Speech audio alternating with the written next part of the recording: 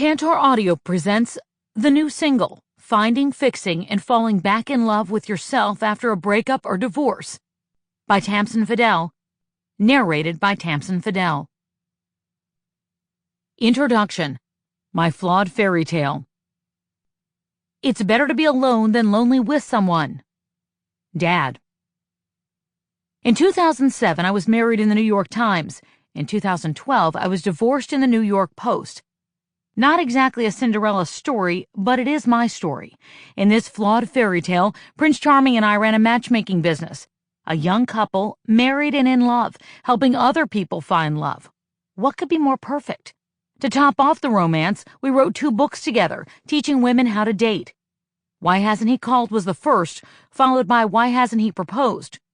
When the story of our divorce hit the papers, the joke was that our third title should be Why Didn't I Leave Sooner? There were many nights that I asked myself that very question, but I wasn't laughing. There are many things I learned from co-running a matchmaking business. Everyone wants to find the one. Everyone thinks about it, talks about it, dreams about it, and even pays for it, both literally and metaphorically.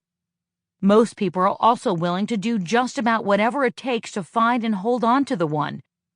If and when things go wrong, no one seems to know what to do next. You're not supposed to want to start over in your 30s, 40s, or 50s, so the marriage experts don't usually put that part in the manual. I know we didn't. Because my divorce played out in an embarrassingly, mortifyingly, nauseatingly public spectacle, I found that I had to take control of my suddenly single new life in a hurry. I had to learn that being a newly divorced woman brought out all sorts of craziness in myself, my friends, and in the men I eventually started dating. Everyone had advice for me. Some of it was quite good, and some of it was simply dreadful. It was up to me to sift through endless and sometimes hurtful suggestions about how to live my new life and decide what made sense for me. I've written this book to share what I learned from others and my own experiences about starting over in the 21st century.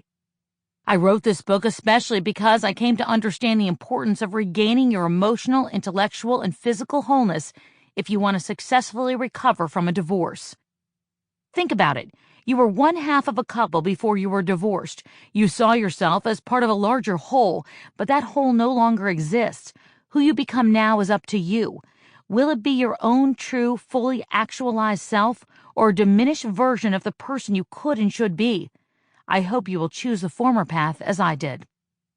This book is here to help you along the way. I didn't tell most of my friends or any of my coworkers about my separation. I lost weight. I never slept. I wasn't myself. I cried a lot. I kept to myself. People thought I was upset because I was over 40 and trying to have a baby. Little did they know the reason for my private anguish. The end of my marriage. Then I got page 6. In May 2012, the New York Post printed the first details of my divorce. Then came one article after another. If the first one was bad, the next few were rock bottom. Details about our bickering and our blow-ups, my ex-husband's other alleged women, and as page 6 put it, his other woman. On one particularly painful night, I was master of ceremonies at a star-studded event. In between my hosting duties and conversations with celebs I was bringing on stage that night, I was fielding emails and phone calls from the press while bawling my eyes out in the corner because I knew that more lurid personal details were about to be made public. The next morning at the television station, people were gathered around the newly delivered newspaper reading about the lowest point of my life. It was understandable. It was shocking and unexpected to them. And because I had done such a good job of keeping my private life hidden, the details made public were that much more exciting to people and devastating to me. That's when I realized my marriage was not going to avoid being a statistic. After a lot of tears, fake smiles to cover the pain, rude questions from curious parties, and bank accounts that weren't nearly as balanced as they used to be, from mediators to separate apartments to the slashing in half of a once-shared business, I realized I had to face the fact that I was no longer a we, and I was back to being just me. But who was I? There hadn't been a me in a very long time. It had been years since I functioned as a singular unit. Dinners, parties, holidays, even nights alone on the couch hadn't actually been nights alone. He had been there, even when I didn't necessarily want him to be, but having someone seemed easier than having no one. I had no idea how to be by myself. If only I had had an experienced, honest, and impartial voice to offer up advice about surviving this emotional train wreck. Because I ran a matchmaking business in New York City, I had no shortage of opinions about the single life, from both the male and female perspectives. I had clear proof that there were available guys out there, but in my post-divorce personal apocalypse, I had absolutely no interest in dating any of them. Instead, I chose to do what many women do following a breakup or divorce. I went back to my old flame. My first love, to be exact, and the polar opposite of my ex-husband, Professor Henry Higgins to my Eliza Doolittle, the man who taught me how to travel, cook, enjoy fine wine, and experience the world. The one that I thought got away, the one that wouldn't commit to me when I was younger, and as it turned out, the one who wouldn't commit to me later either. Of course, Eliza outgrows Higgins, too. So there I was, going to extremes, repeating one toxic pattern in order to avoid repeating another. This was not progress. When I did finally start to date new men because of my years in the matchmaking business, you would think that I would go out with nothing but Manhattan's most amazing bachelors. You would think. But you'd be wrong. For all the matches I had made, I knew what most of the people sitting across the table from me were made of. But I wasn't certain what I was made of anymore. Since then, I have spoken with countless women who felt the same way after their separations, disillusioned and lost. You name a twisted marriage scenario or dating nightmare, I've lived it. But haven't we all? From a stay-at-home mom who lost her husband to a younger woman, to Gwyneth Paltrow's conscious uncoupling. Whether we were publicly shamed or privately embarrassed, all of our stories are the same, even when all of our stories are unique. There are plenty of books out there about dating. I wrote a couple of them. This is not another one of those books. When I was 23 years old, packing up my car and heading off to my first job in television news in Oak Hill, West Virginia, my father gave me some love advice. He told me, it's better to be alone than lonely with someone. Quite frankly, the sentence made no sense to me. It wasn't until I was coming out of my divorce did I realize exactly what my father was talking about. I had been lonely with someone, but I had refused to see it. This book is about learning the difference and learning to cherish your own company. Only then do you have a chance at being happy with someone else. A breakup or divorce changes you forever. You may wonder if holidays will ever be the same again. You hate the idea of dinner parties and being the odd woman out. You feel as though nobody enjoys your company because you don't. The end result, another desperate night. The new single is everything you need to know about preparing yourself to be single again and getting ready for a new life, as well as a new relationship should you decide you want one. These are the actions and attitudes that work for me day in and day out, and I want to share them with you. Maybe one or two sentences of this book will touch you. Maybe you will sleep with it next to your bedstand and reread it over and over again. My hope is that you will understand that the worst is behind you and that the future you create will be better than anything you experienced before. Building a new future is a process, though, and like any quality product, building it can take time. You will experience change in phases. Expect some rough patches early on and some bumps in the road along the way. I never thought I would be successful at anything again after my breakup. In fact, despite my professional successes, I had never felt more like a failure. But with a lot of solid advice, a game plan, and a change of mind and heart, I realized that this ending was a new beginning for the person I am really supposed to be. I want to help you find the same place. The only way you will fail is if you don't move forward from here. It doesn't mean you didn't have great memories or amazing moments that no one could ever understand or replace. It simply means you're in a new place in your life. It used to be about him, then it was about us. Now it's about you, and it's about time. Time to embrace your life immediately as the new single. This book is a roadmap for the journey from your breakup or divorce to your arrival at the place where you have become the person you were supposed to be, or perhaps the person you were all along. What is contained between these covers is a pretty raw look at how I turned the end of my marriage into the life I was supposed to be living. I want the same for you. I've even put together a group of heavy hitters, experts on happiness, finance, organization, career, health, and more to share their advice and insight on these and other important topics. Think of them as your personal A-team, ready to help you through your rough patches and celebrate your successes. Your personal journey to becoming the new single will take about a year. Everyone heals and grows at a different pace, which is why I'm not saying you have to do everything at once, but eventually you do have to do it. A year is not such a long time. Make the most of it by not wasting precious minutes lamenting the past and worrying about the future. Be here now, as Ram Dass would say. Do what you need to do when it feels right. I've set this book up in a progression, starting from what I think you need to do first, moving toward the culmination of you as a new single. A secure, happy woman who dates, but doesn't get caught up in the need to have a partner unless it's really right. Some of my favorite books, the ones that I cherished year after year, have been the ones that I don't have to read from cover to cover. They are the ones that allow me to pick them up and open them at the times and moments that I need them most. I wrote the new single so you can pick it up and use it as encouragement to move forward, or break glass in case of emergency. I wrote the new single so you can grab it when you're asked the dreaded and inevitable question about why your relationship ended, or when you don't have a +1 for the party, or when you can't seem to lose that last 10 pounds, especially before a hot first date. Thumb to the You Are the Prize section for a quick refresher course on how to make it the best date ever. This is truly the beginning. Embrace it. It only gets better from here, if you will let it. Chapter 1. Happily Single Comes Before Ever After. What a lovely surprise to finally discover how unlonely being alone can be. Ellen Burstyn. How did we get here? It was May 2012, one of those gorgeous Manhattan nights. Not too hot, not too cold.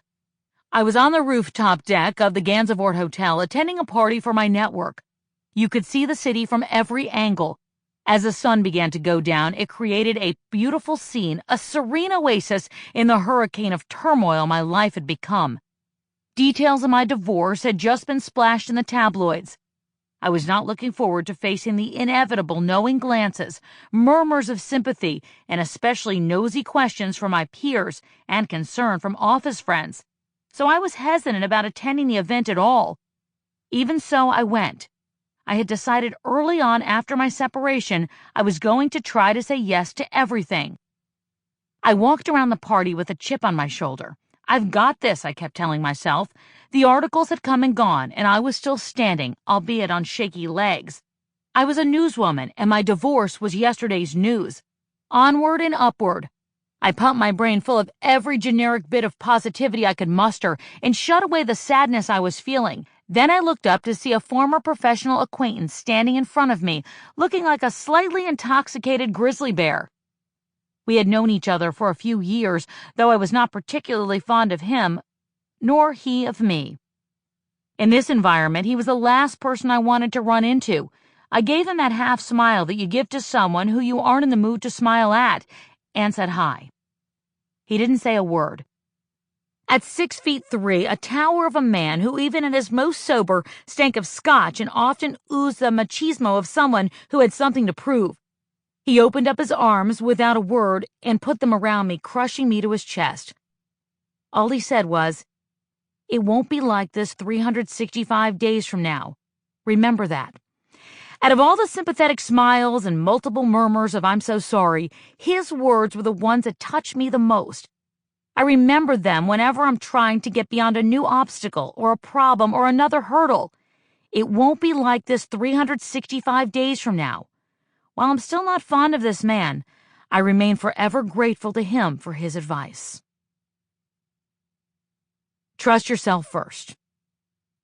It is important to know whom you can trust, but it's also important that you don't seek the advice from people who have competing interests, personal agendas, or on the other hand are too kind to offer any criticism at all.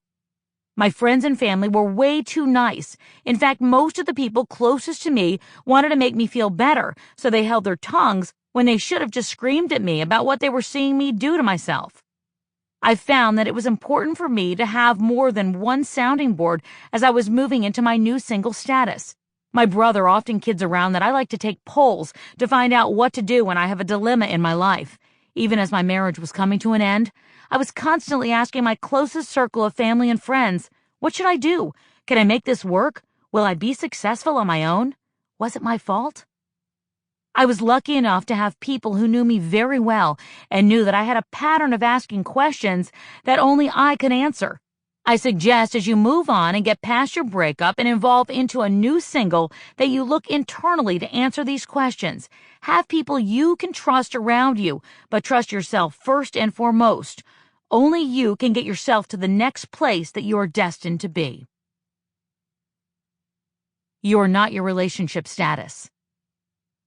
This sounds easy enough, but even in this amazingly advanced age we live in, the word divorce still makes people cringe. It's the way my grandparents used to refer to cancer, the C word. It's still the D word in so many circles, especially with the other C word, couples. A lot of people who are part of a couple don't love to hear about divorce. You can't blame them. I still don't love to hear about it. But this is about you and making sure your D doesn't define you. The first time a friend of mine had to answer the relationship question on a form in the doctor's office, she froze. She had gone through her breakup and was telling me what to expect. I couldn't bring myself to check the divorce box, she recalls. I wasn't the person I thought I was. I ran into the ladies' room and had a good cry. It has been years since Laura was in that doctor's office, and now she's part of a stable, happy couple, which helps her remember those early days of divorce with great fondness, that they are now behind her. Remember this, you are not a classification. Single, divorced, widowed. You're not a statistic. You're someone who is about to embark on a whole new dynamic of your life and a whole new relationship with yourself. If you're not there yet, it's okay, but know that you will be. I remember the day my husband moved out of our apartment. Every single item in our once shared space reminded me of an experience, a moment, a time that we were happy. In that moment, I could not imagine being an I instead of a we. I had to take it 1 hour at a time, and then 1 day at a time. In fact, to be quite honest, I refused to believe our separation and divorce were happening for a long time. Not because we were so happy together, but because I was so afraid to be single again. It was important for me to realize that where I was 2 years ago was not where I was going to be today. A-Team Feature: Regaining Your Confidence. My friend Dr. Diana Kirshner is a psychologist, a PBS love expert, and a best-selling author. She's helped thousands of singles and couples find the relationship of their dreams. Dr. Diana is the author of Find Your Soulmate Online in 6 Simple Steps, 30 Days to Love, the Ultimate Relationship Turnaround Guide, Sealing the Deal, the Love Mentor's Guide to Lasting Love, and the best-selling dating book Love in 90 Days, which is a basis for her one-woman PBS TV show, Finding Your Own True Love. Define your concept of confidence. Having a sense of self-worth, deservedness, and self-love so that you feel connected to others and attractive, lovable, loving, and successful as a person and as a woman. What are the ways that low self-confidence manifests itself in newly divorced, newly single women? Mourning for the relationship or longing for your ex. Feelings of depression. Loss of appetite. Difficulties in concentrating. Insomnia. Aches and pains, physical and emotional. Crying jags. Loss of interest in usual activities. Isolation from others, a big problem. Almost always negative self-talk about many or all of the following: being too old, over the hill, too fat, unlovable, damaged goods, or unattractive, feeling bitter or untrusting of yourself, self-pity, a feeling of victimhood, judgments and resentments about all men being jerks, loss of faith in people, in yourself, or in love. These kinds of reactions are perfectly normal and not to be resisted or judged. It's all right to feel this way, but if you stay in these reactions, you will hurt yourself by continuing a cycle of loneliness, low self-confidence, and low self-esteem. Women who haven't gotten over a relationship by 16 weeks after the breakup had decreased activity in brain regions associated with emotion, motivation, and attention.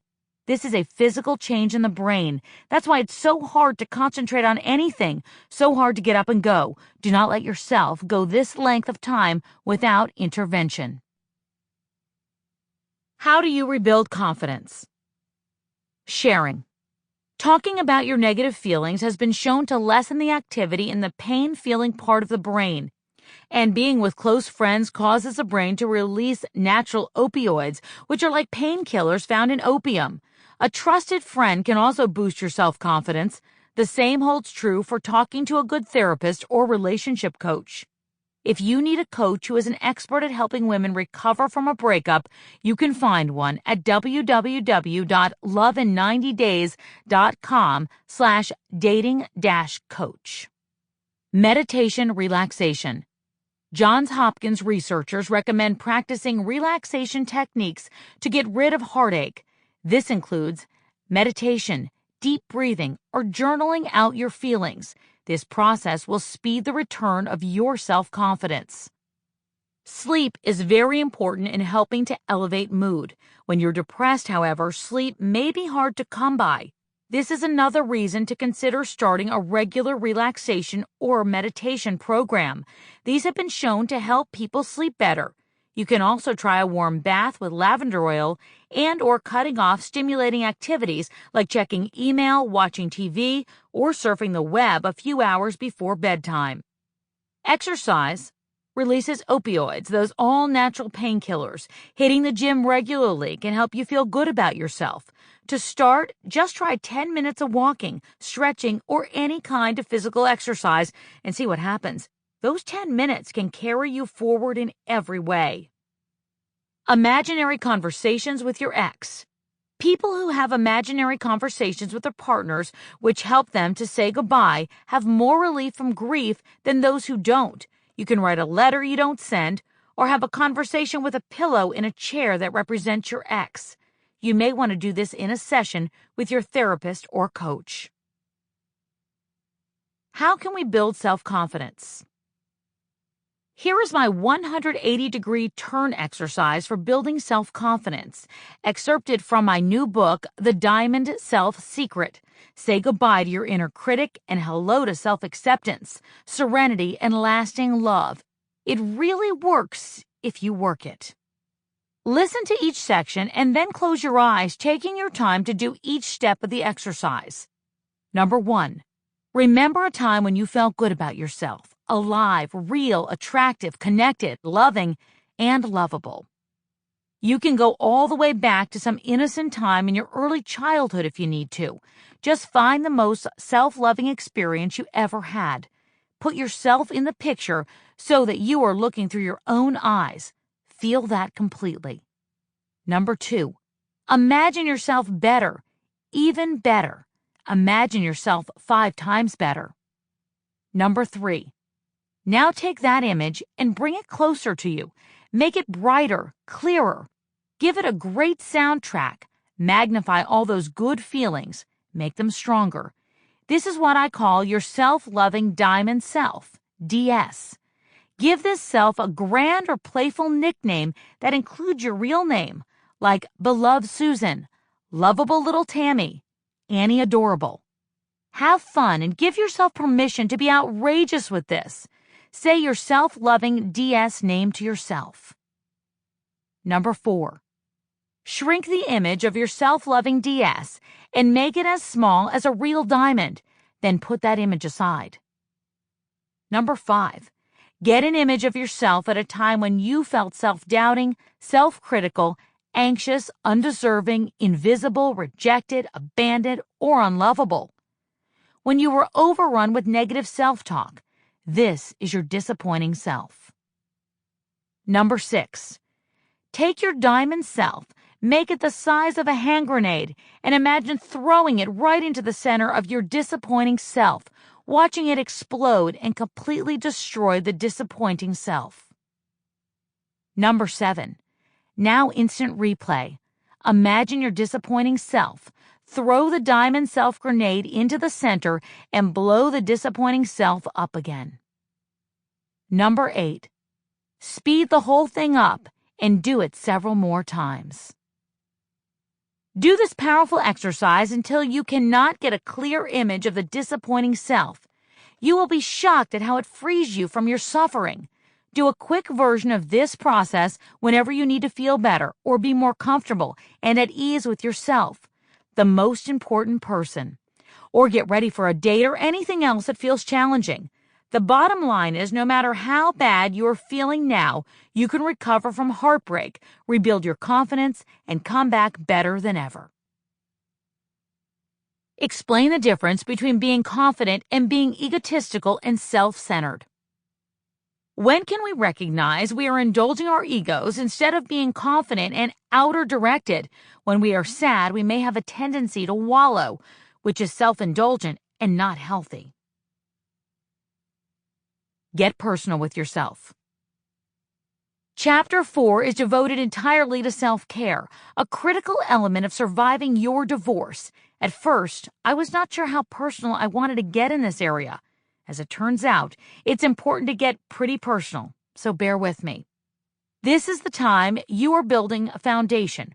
Whether you're relieved to be single again or you're devastated by the idea of being alone, this is not a time you can afford to let stress get the best of your health. Yes, you will have sleepless nights. Yes, a sight of food may disgust you. Yes, you will skip your shower some days. I will admit to this one only to you. There will be days when all you want to do is just stay in bed. Even the toughest of women out there who wanted the divorce and were anxious to put the marriage behind them feel this kind of stress from time to time. When you have kids to consider. Not only are you dealing with your own well-being, but your children's as well. You cannot take care of your children by neglecting yourself. You're no good to them if you are not whole yourself. This is a time that many children inadvertently learn to take care of themselves. They often grow responsible faster and learn that they too are individuals. So be the best you can for yourself and for them, but try not to sacrifice either in the process. With these goals in mind, it leaves less time to mourn the loss of your breakup or divorce and gives you a clear purpose to forge ahead and make a new life for yourself. Accept your life is different now. As time went by, I realized that I was part of a community of single women who were successful in their careers and able to meet any challenge or work through with them, but they were perplexed about the next steps in their new personal lives. We all wondered about how to start dating again, how we would get beyond the breakup, and most of all, how to gracefully and healthily move into this new phase of our lives. A woman I met through a networking group, Gina, who is the owner of a trendy Brooklyn clothing shop, put it, "I look like I'm ready to get back in the game, but I can't remember the rules." By this, Gina meant not just dating, but participating in the little everyday rituals at work and out and about. Water cooler chat about what happened last night, remembering to buy 3 ounces of ground beef instead of 6, the little things. I faced this dilemma by compartmentalizing my life so that my personal problems did not bleed over into my career. I was very careful talking with people about my divorce, including who was at fault, what my ex was doing now, or what I was doing. It's easy to get sucked into these conversations, and I caution against doing so. Don't talk about your ex at work. It is unprofessional and can snowball into unpleasant and harmful gossip. In fact, I could count on one hand the number of people I spoke to at work about my personal life. At the water cooler, I made it a point to keep the conversation about those around me and not myself. I just didn't want to be in the position of wallowing in my own misery or feeding off the pity of others. This was essential for peace of mind. At the time, I was waking up at 2 a.m. to be on the air at 4 a.m. for the news. I made sure the moment I hit the door at work, I was not calling, texting my ex, talking to him, handling personal problems, scouring his social media pages, or asking anyone about him. Out of sight, out of mind definitely worked for me. Tamsen's tips. How to not contact your ex. Number 1. Don't tell yourself you can just be friends. It is too soon. Number 2. Remember he won't give you closure. Only you can do that for yourself. Number 3. If he reaches out about the kids, of course that is a reason to talk. Number 4. Sample complete. Ready to continue?